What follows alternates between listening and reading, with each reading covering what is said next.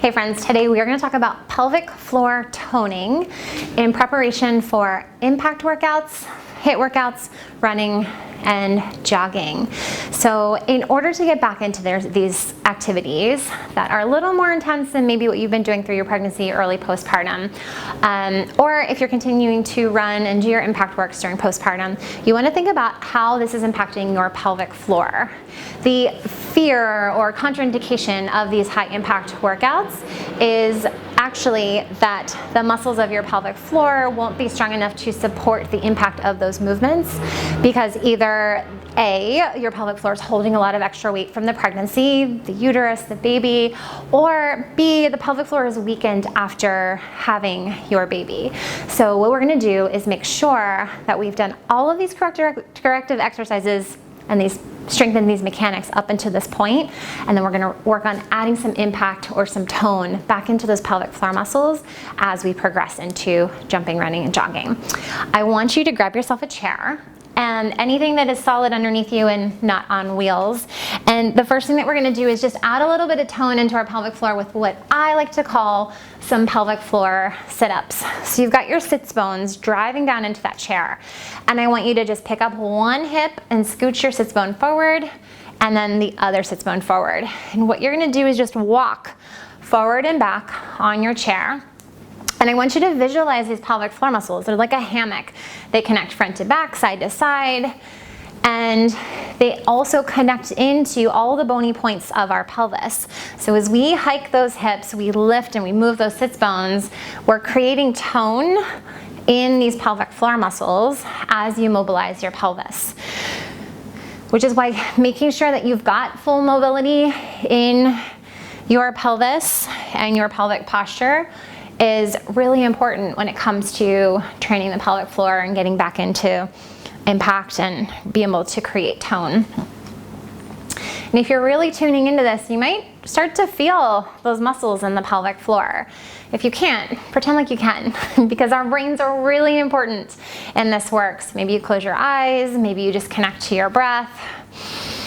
Think of this as a little massage for your pelvic floor muscles as you go forward and back.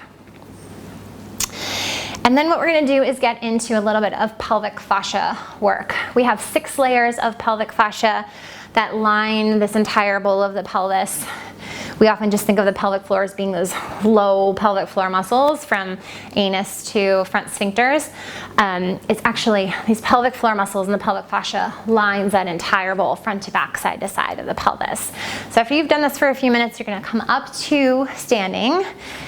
And I'm going to take my chair and rotate it here so you have a better view. You're just going to pop one leg up onto this chair. I like to call this the Captain Morgan stance. And what you're going to do is take your hand, same arm as leg, to the front of your thigh. And this, you can also find this work in the pelvic fascia videos. Just make sure that you're not going to stick. I'm going to move my mat out of the way here so I can rotate my foot a little easier, so you're not sticking into that knee. But I'm going to face the leg, and then I'm going to just rotate away. And you're going to feel this stretch from the knee up the adductor into that right side of the pelvic floor. And I want you to physically swipe your hand along this fascia. Our body's fascia in particular loves that proprioceptive feedback. The feeling something over the fascia to help it move and mobilize a little bit. And then, after you've done this a few times, you're going to take your left hand to your right sits bone, so reach between your legs. If you've got a belly, maybe it doesn't go all the way there. And lift up over the front of the belly to that opposite arm. And still, you're going to rotate open here. So face it, and then pull away. And I want you to physically swipe that hand up that line of fascia. Because the pelvic floor, again, is lining that bowl of the pelvis, but the fascia from our heads all the way down to our toes is all interconnected. So we just want to make sure that it responds and is active all through our bodies. It's not just about, giggling and getting those pelvic floor muscles on. This is all interconnected. Good. Just take one more. And take that off, shake it out.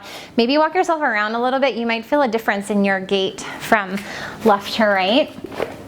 I'm going to spin my chair around here. So I can show this to you on the other side. You're gonna lift up the left leg. You're gonna put left hand to that top inner thigh, face your leg, and then you're gonna open and swipe away. So in to out, thinking of that adductor inside of the knee all the way into the left side of the pelvic floor. This feels like a really good stretch. Oh, stay connected to your breath. And I suggest doing some of these exercises before you head into a HIIT workout or out to a run, just to make sure that your pelvic floor is really there and responsive for you when you need it. Then we're gonna take that right hand between the legs, touch the left sits bone, and then swipe up to that high diagonal. Sits bone, up the belly to the diagonal. Sits bone to diagonal. I'm gonna take 2 more here. And good. Shake that out, walk yourself around. I'm gonna get this chair out of the way. And then I'm gonna come into a kneeling position. So both knees on the ground, double up on your mat or a towel if you need to. Think of those headlights in the pelvis driving straight forward and back.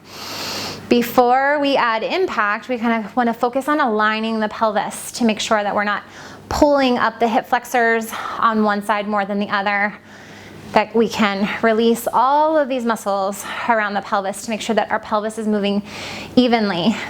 If a joint, a bone, these bony points of the pelvis are out of place or out of alignment or balance, because those pelvic floor muscles connect into these bony places, say you've got a right hip that spins open more than the left, that means the right side of your pelvic floor is going to be more lengthened than the left. And maybe that's going to cause weakness in the right side, or ultimately over tightness in the left because it's constantly compensating for that pull. So all of this is connected. Switch over to the other side. Headlights facing forward. Hip bones straight forward, straight back.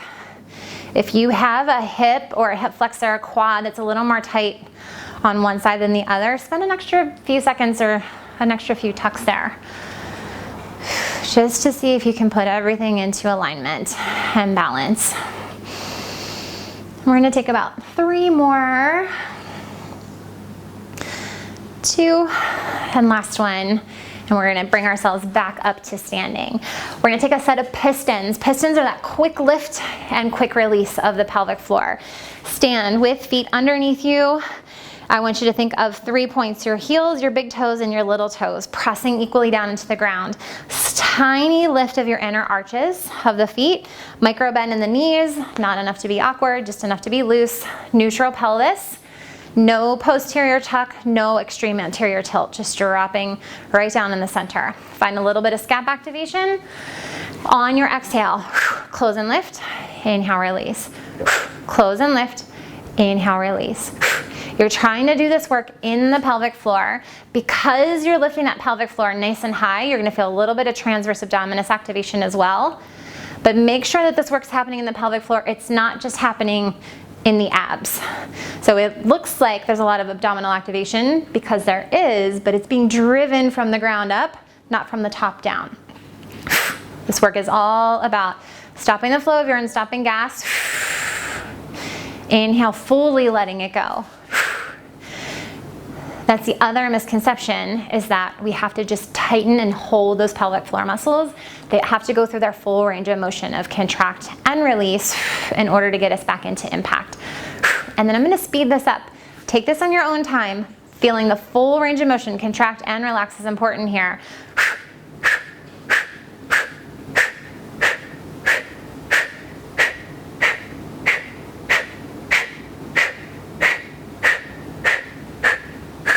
And then just take a moment here, relax the pelvic floor, maybe shake it out a little bit. And come back to center. We're gonna take some calf raises, activating muscles up your posterior chain. That's your back body. From heels up to the back of your head is really important for impact. So I want you to grab a chair, grab a wall, or just stand here in the center. Imagine that you are in a straw, and we are just gonna lift and lower. Now I'm bringing my hands here in front because this helps me get some good scap activation here. You wanna make sure your ribs are on top of your hips, they're not jutting forward. That's gonna help you really use that pelvic floor, lower abdominals to get up and down. And this is calf city. Give me 4 more. 4, 3, 2, and 1. Take a quick calf stretch. 1 leg forward, 1 leg back. Can you relax your pelvic floor? We've done a lot now to turn it on and get it to be really responsive. So now we want to make sure that we're taking the time, especially after your impact workouts, to turn it off. Come into a little wider than hip width position. Whatever your squat setup is, I want you to go in and out of your squats, but we're going to make this a dynamic squat. So I want you to imagine that you're landing out of a jump. So you're adding a little bit of impact into your pelvic floor as you come down. I'm inhaling at the top. I'm making sure that my pelvic floor is lifting on that impact.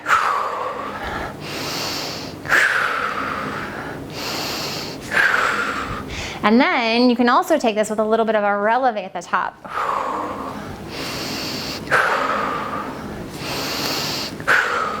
If you've already done this a few times, you're actually working on your jumps.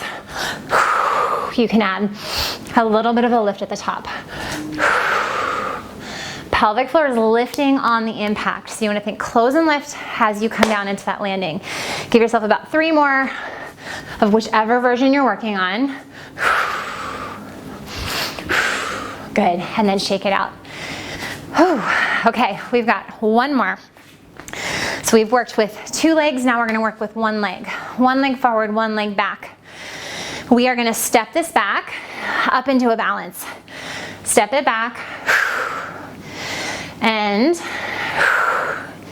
I want you to be really strategic about where you're breathing and see if you can tune into your pelvic floor as you go.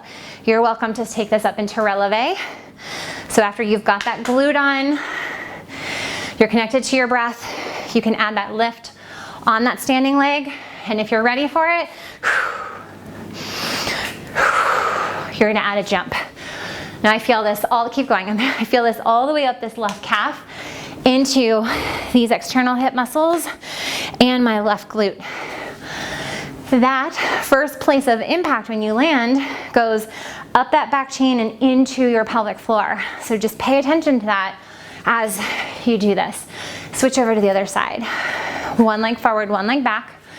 Step 1 is just to come in and out, connect to your breath, pay attention to where your inhale, exhale is. What are the muscles of the pelvic floor doing? Are you connected to that posterior chain of heel up into outside of the hip stabilizers, glute med? Bring this up into a releve. And then when you're ready for it, lift and add your jump. Give me about 3 more, 2 more, and last one. Awesome. You are ready to head into that workout, your high impact, your run, your jog. Take it slow, take it easy. Try to pay attention to these concepts as you do it. And then come back to your post-impact stretch video at the end. We'll focus on some lengthening of these muscles and relaxing the pelvic floor. All right, reach out if you have questions, comments, things that you need to work through, that you want a little bit of coaching or guidance on. I'm here for you.